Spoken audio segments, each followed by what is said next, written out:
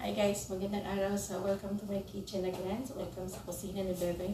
So, ngayon, Saturday, gagawa tayo ngayon ng Dijon's Habyet or Kabsa Habyet or Chicken Kabsa White Kabsa. Basta yun na yun.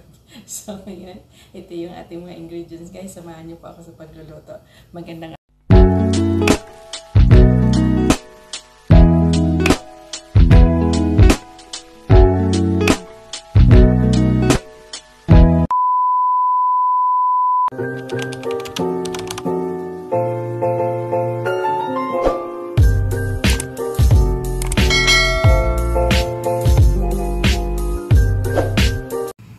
simple lang yung ingredients ng ating white kabsa. Meron lang tayo ditong whole onions, tapos may cardamom po tayo, and then the mismar. So, yan lang po yung mga ingredients na gagamitin natin dito. So, kailangan na natin pakuluan maigi yung ating, or kumulo muna yung ating tubig. So, siyempre, pagkatapos kumulo, ilagay na natin yung ating malinis na manok. So, yung tubig po na ilalagay natin dito, depende po sa dami ng manok na ating lulutuin. So, ayan na guys, kumukulo na yung ating water. So, ilagay na natin yung ating chicken. So, ganyan lang po siya guys. Papakuluin natin to ng 2 oras. Huwag po tayo magmadali or lakasan yung apoy kasi mas maganda mahina lang yung apoy. Ang importante dyan, ma-absorb nung ating chicken yung lasa ng ating mga ilalagay na ingredients. So, yung kung napapansin nyo guys, yung tubig level lang po dyan sa ating manok. So, depende po kasi. Maglalagay na rin po tayo ng asin para habang kumukulo po yung ating manok, ay na-absorb na po niya yung ating asin at may lasa na po talaga siya. So, depende po ang tubig sa dami ng lulutuin yung rice. O mas maigi po, konti lang yung tubig nyo muna, level lang sa manok para ma-absorb po talaga, malasa po talaga yung ating chicken. So, kung marami kayong ilalagay na bigas, pwede nyo lang po mag-add ng water. Ayan guys, kapag may lumutang dyan na brown broth, tanggalin na natin kasi para hindi po malangsa. So, ganyan lang po. Pakuluan lang po natin yan ng 2 oras. At kung marami nga po kayong ilalagay na bigas, pag hinaon nyo na po yung manok after 2 hours at i-oven na, pwede na naman po kayo mag-adjust ng water. Dagdagan nyo lang po. Sapat lang doon na maluto yung inyong bigas. So, ganun lang po siya. So, adjust lang po kayo sa salt. Masarap po talaga siya. Simple lang siyang recipe, pero napakasarap siya. So, kagaya niyan guys, tanggalin lang natin yan unti-unti. Ayan. Para malinis yung ating sabaw. Hindi brown ngayon yung ating broth. Puti siya.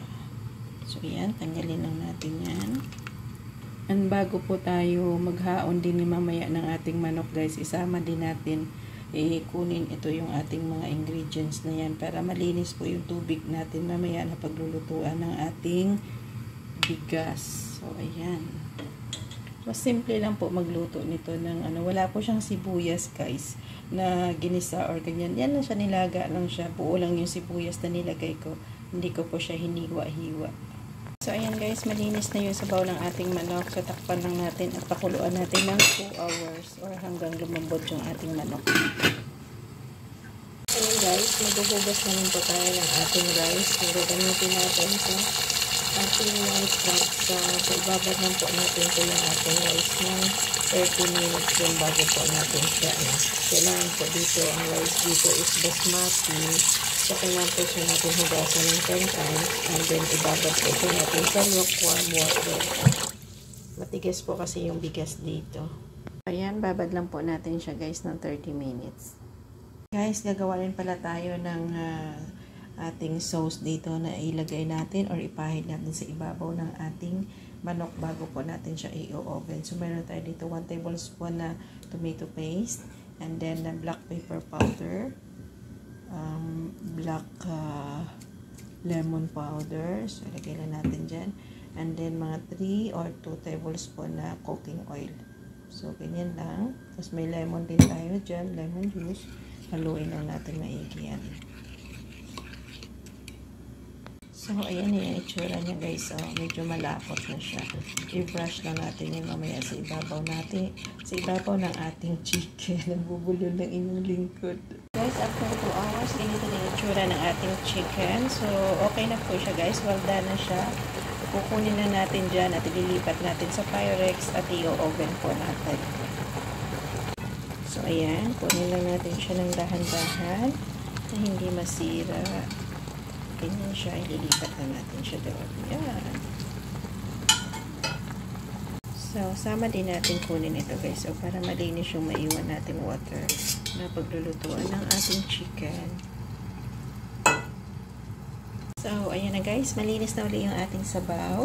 Maglalagay lang tayo dito ng konting cooking oil. Mga approximately 2 tablespoon. Ayan guys. Ilalagay na natin ngayon dito yung ating binabad na rice.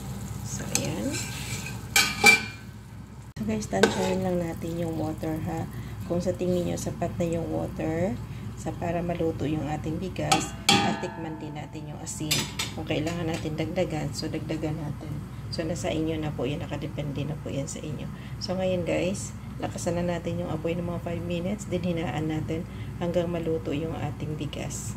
Ito na yung ating manok na hinaan guys. Ang gawin natin ngayon, i-brush lang natin yung ating ginawang sauce kanina dito sa ibabaw ng ating chicken, para mas malasa siya. Malasa na siya doon habang pinapakuluan natin kanina, pero mas ma-enhance ang lasa niya kung paglalagyan natin ito bago natin i-oven. So, nakikinikita nyo ba na ba guys yung magiging lasa ng ating niluto ngayon? Tawag dito ay white kabsa.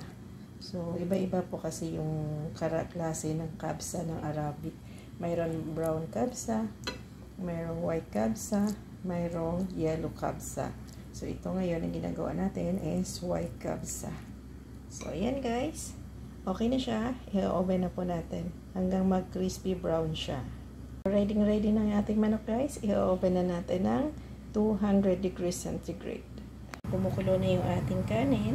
Ito naman yung ating chicken sa baba. Ayan, i-oven lang natin siya hanggang mag-crispy brown. So, ayan na guys, ang ating white kabsa for today. Hi guys, bago ko makalimutan, magagayat din pala tayo ng sibuyas. Ang mahaba po yung paggayat nito. Ita-toppings po natin mamaya sa ating rice. Muntik ko na po nakalimutan, sorry. Ito na yung ating rice guys. Mga 10 minutes pa ay luto na po siya. Gayat na natin ang ating sibuyas guys. So ngayon, ipiprito na lang natin siya. Crispy fry na lang natin siya. Hinahabol yung mantika. Hinahabol ako ng mantika. Pantayin lang natin siya. Kapayaan lang natin siya na mag-brown. Halo-haloyin lang natin hanggang magpantay yung kanyang pagkaluto mamaya. Ayan na guys, mga 1 minute na lang haunin na natin siya. Hindi siya kailangan masunog. Kailangan golden brown lang siya. Kanti-kanti pa. Patient pa. So, perfect na siya guys. So, okay na. Haunin na natin at patuyuin lang natin. Hayaan na lang natin siya na matuyo or mag-drain din yung ating excess oil. At yun ang itatoppings natin mamaya sa ating rice. Guys, well done na yung ating rice. Perfect. So, hintayin na lang natin na maluto yung ating chicken sa ating oven. Ito na yung ating chicken guys. Ready na tayo mag-set ng ating lunch. So, thank you for watching guys. Paki-subscribe na po ang aking channel. And see you next po. Thank you so much. God bless us all.